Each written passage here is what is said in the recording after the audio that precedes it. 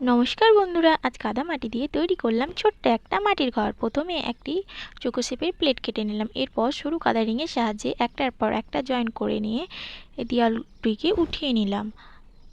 এরপর আঙুল দিয়ে ভালোভাবে জয়েন করে নিলাম।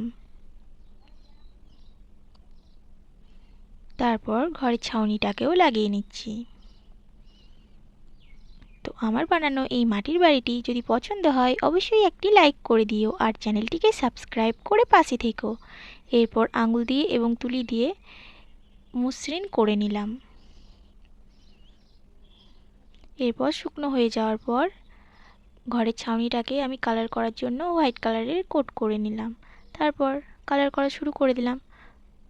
খুব সিম্পলভাবে করার চেষ্টা করেছি। তো এরপর কিছু ডিজাইন এঁকে নিচ্ছি ঘরের জানালায় এবং দরজায়।